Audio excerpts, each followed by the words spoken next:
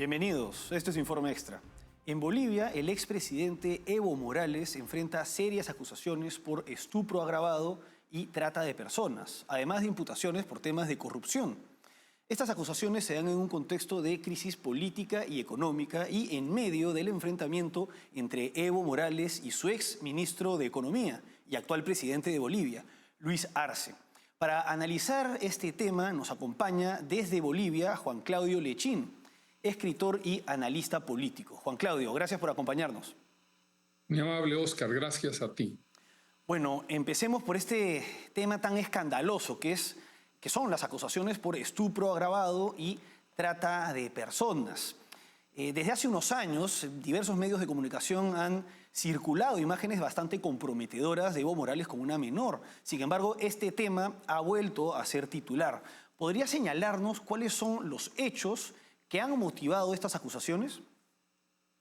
Bueno, los hechos son muchos. Mira, en el 2016, cuando hubo el referéndum para ver si Evo Morales se podía reelegir por una cuarta vez, salió una semana antes de la elección o del referéndum, salió la noticia de que una señorita, una joven, Gabriela Zapata, habría tenido un hijo con Evo Morales cuando era una menor de edad.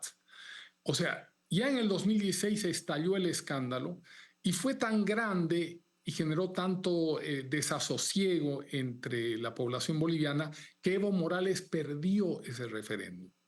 Por lo tanto, no se pudo volver a candidatear. De ahí en adelante han empezado a destaparse por muchas vías diversos casos de pedofilia. Por ejemplo, hay una maestra de escuela del Chapare, que es la zona de los cocaleros, que en muchos medios ha salido en pequeñas píldoras con su nombre, una mujer adolorida, que acusa a Evo Morales no de una, sino de innumerables estupros, violaciones a niñas desde los 12 años. Y un poco como en la época feudal ejercía en el Chapare el derecho de pernada, mandaba a sus guardias a buscar niñas que él elegía en la medida que iba caminando. Es una cosa no solamente escandalosa, sino horrenda para la contemporaneidad más liberal, más coherente, más racional, más respetuosa y más moral. Esto aparece como una cosa traída de la distante historia de abuso, ¿no? Y la más reciente es el caso de Noemí. Es una niña que a los 13 años ya tenía visiblemente en los WhatsApp que se intercambian, ella a los 13 y Evo Morales a los 50 y tantos, ya hay erotización en esos WhatsApp que se han descubierto. Esta niña va y lo visita en México.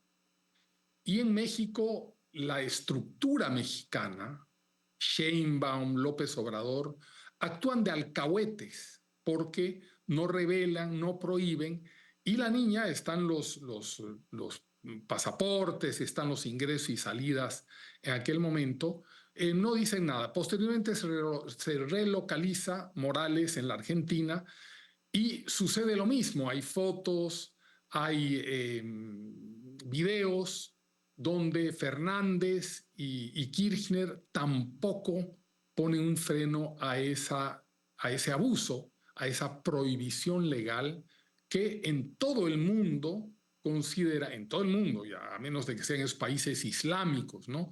Donde viven en el siglo III, donde se casan con niñas de 8 años, pero son pues la historia recóndita, donde ya, ¿para qué vamos a hablar de ese atraso y barbarie? Pero que en este caso no hay una observación sobre algo que es ya legal en el planeta, en Occidente, es una mancha moral, otra mancha moral para Cristina Kirchner y Fernández, que cobijaron a Evo Morales y sus actos de pedofilia. Ahora bien, con respecto a el tema que señalas y también los casos, las acusaciones por estupro, que es que un mayor de edad tenga relaciones con una persona que está entre los 14 años y los 18, al margen de estas acusaciones se agrega de acuerdo con una investigación del periodista Alejandro Entrambrasaguas de OK Diario, el tema de trata de personas. De acuerdo con esta investigación, se señala que Evo Morales hablaba de sus ñustitas y de las presas. ¿Podría señalarnos en qué se basa el caso de trata de personas y también el hecho de que habría favores políticos por parte de personas que entregaban a sus hijas a Evo Morales? Sí, mira, Entrambasaguas hizo una minuciosa investigación al respecto. Es un joven periodista español, no, la verdad que no lo conozco, conozco su obra. Vino a Bolivia y recorrió Bolivia aún a costa de correr riesgo su propia vida, de una manera muy profesional, e investigó diversos casos donde, al igual que en la Edad Media, con el derecho de pernada, padres ofrecían a sus hijos en las zonas campesinas, en el Chapare, gente pobrísima y por lo tanto entregaban una hija muy niña, 12, 11, a Evo Morales a cambio de favores políticos. Eso está documentado. Entrambasaguas hace varios artículos periodísticos fundamentados, de tal manera que es cierto, la declaración de esta profesora del Chapare también coincide perfectamente con la investigación de Entrambasaguas. Esta profesora del Chapare le dice a Evo Morales: persígueme como ya me has perseguido, ya me has hecho perseguir, has querido hacerme matar, pero yo seguiré denunciando el abuso que has cometido con las niñas. Y por supuesto le ponía ese nombre jocoso, bucólico, ¿no? De ñustitas, que se refiere, como bien sabemos los de la cultura, las culturas andinas se refieren a las jóvenes en el Incario, ¿no? Sí, tenemos ahí un cuadro de un hombre absolutamente trastornado, pero además lo que sucede es que revela algo muy importante, Oscar, y está revelando una indiferencia generalizada en materia moral por parte de la izquierda internacional. O sea, Evo Morales nos ayuda a mostrarle al mundo la absoluta indiferencia, la absoluta, el absoluto blindaje a toda consideración moral que tiene Irene Montero, Sheinbaum, Cristina Kirchner, las feministas radicales del planeta, porque ninguna ha levantado ni siquiera una voz, no digamos condenando, sino investigando, proponiéndose investigar un caso tan feroz de un hombre tan nocivo, tan tóxico. Ahora, antes de profundizar con la reacción que tiene la izquierda hispanoamericana, iberoamericana incluso, Iberoamericana. con respecto al tema de la menor que ha estallado, que se ha hecho conocido recientemente, tenemos que el padre de esta joven está detenido mientras que Evo Morales no lo está. ¿Cómo se puede explicar esto? Mira, en el fondo, yo creo que debemos explicarlo a partir de la completa desestructuración en materia moral, la delincuencia en los países gobernados por el socialismo del siglo XXI, el narcotráfico campean. Por lo tanto, la injusticia, hay presos políticos que no tienen acusación, como es el caso de la expresidenta Áñez en Bolivia y otros casos más, de tal manera que el cuadro completo es de una perversión legal y moral absoluta en los países donde gobierna el socialismo del siglo XXI en nuestro continente. De tal manera que no nos puede extrañar que extorsionen al padre y dejen libre a Morales, porque yo considero, y lo hemos comentado en tu programa en un par de oportunidades, yo considero que este es un sainete, esa aparente oposición entre Arce y Morales, es un sainete para ocupar el espectro político. No será la primera vez que ellos hacen una puesta en escena.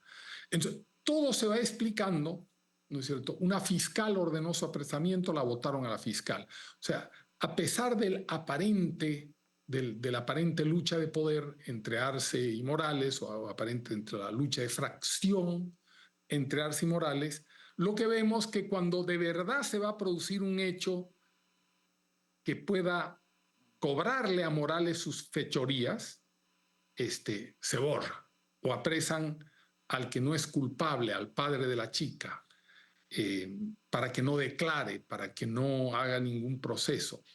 Entonces, estamos, y la izquierda, y ahí un poco los liberales deben tomar conciencia que con una izquierda así no se tiene ningún tipo de consideración legal ni moral, porque adolecen de una ausencia absoluta de moral y por tanto la legalidad que imponen es la legalidad de sus caprichos, de su impunidad. No es gente con la que uno pueda llegar a acuerdos, pueda llegar a tratos, es gente enemiga de la sociedad y de los pueblos.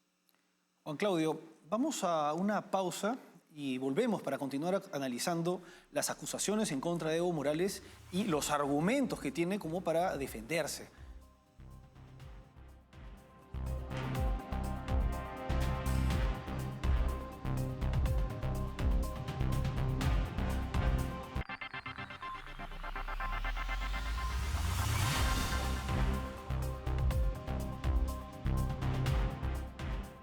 Seguimos en Informe Extra acompañados por Juan Claudio Lechín, escritor y analista político boliviano. En el bloque anterior hemos analizado los casos de estupro y trata de personas que vienen ensombreciendo aún más la figura de Evo Morales. Ahora, Juan Claudio, con relación a estas acusaciones hay unas declaraciones bastante comprometedoras que Evo dio en el 2008. De acuerdo con diversos medios de comunicación, aquel año él habría señalado lo siguiente, y cito: yo dije alguna vez que acabo mis años de gestión con mi cato de coca, mi charango y mi quinceañera. Juan Claudio, ¿estas declaraciones son ciertas? ¿Qué revelan para ti? Es una... Absolutamente. Dice, yo me retiraré. La verdad que no sé la fuente, pero recuerdo perfectamente. Yo vivía en Bolivia en esa época. Y él dijo, yo me voy a retirar con mi cato de coca, un poco para tener su fuente de ingresos, mi quinceañera y mi charango. Entonces, no sería la primera vez. Otra vez, en otra oportunidad, le recomendó a aquel que violara a una chica, esconderse en un cuartel porque allí lo iban a proteger. Lo tengo clarito en la memoria. A veces muchas fuentes no lo revelan, pero está ahí. Evo Morales es un desquiciado, siempre fue un hombre de poder, del poder absoluto, siempre fue un asset, fue una marioneta de Fidel Castro, y desde el año 94 que estuvo en Cuba, fue ordenado por Fidel Castro de entrar a elecciones cuando él no era afecto al proceso democrático. Él era afecto a la guerrilla en aquella época, y hay numerosas declaraciones y libros que lo constatan. Y cuando él vuelve de Cuba, ingresa. O sea, es un vasallo, es un lacayo cubano, y por lo tanto es Cuba, con su poder internacional, sus redes internacionales, las que le garantizan gran parte de la impunidad que tiene hoy día. Y como hablábamos anteriormente, este enfrentamiento con Arce para mí es una puesta en escena para quedarse este modelo en el poder indefinidamente. Ahora, él está señalando cuáles son sus argumentos de defensa ante estas acusaciones. Bueno, los de siempre, ¿no? Los que hace... Hay el estándar de la izquierda que es mentira, es el cinismo, ¿no? Siempre la izquierda tiene un argumento estándar que es el cinismo. Mentira, eso es un invento de los enemigos del imperialismo, de los enemigos de la derecha, fascistas, proimperialistas. Con eso, con ese cinismo, ellos lavan cualquier investigación y se salvan ante su colectividad ideológica. Pero, y la otra técnica que frecuentemente usan fuera del cinismo es acusarte de los crímenes que ellos cometen, ¿no?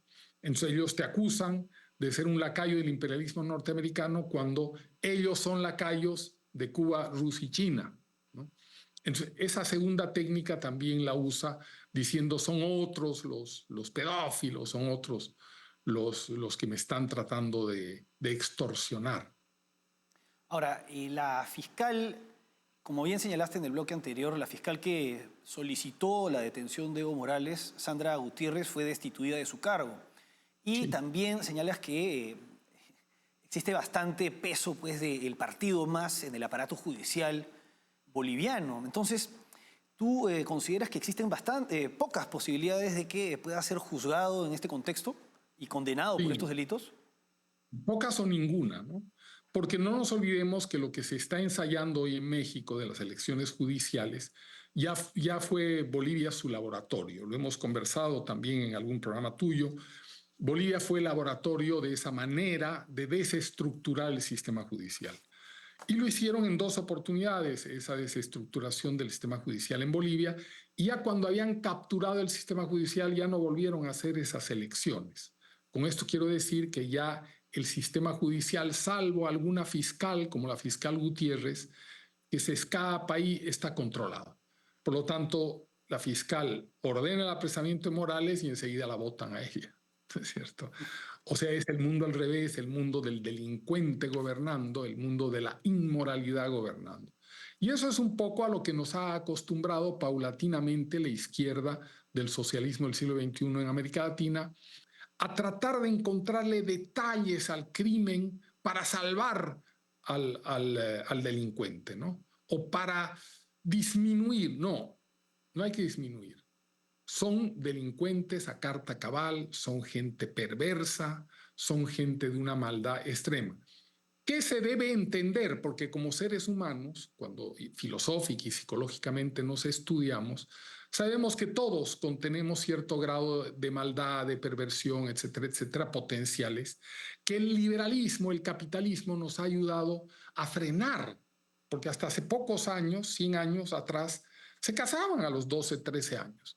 Pero el capitalismo llega a salvar a las mujeres de ese destino de vacas paridoras de hijos, para otorgarles la libertad de poder construir una vida tal como ellas quieren construirse, con realización, con felicidad, más allá de su rol de ganado, ¿no? Entonces, es muy importante que Occidente y sus valores no tiemblen, no decaigan frente a esta globalización de la perversión, como es que los niños puedan tener opciones sexuales, cuando el liberalismo ha hecho una causa fuerte de proteger al niño frente a la agresión sexual de los mayores para que pueda seguir su camino más o menos allanado hacia su realización plena, ¿no? Y eso es muy importante proteger, esa es una de las columnas vertebrales de la libertad y de la moral de Occidente. Juan Claudio, vamos ahora a una pausa y regresamos con el último bloque.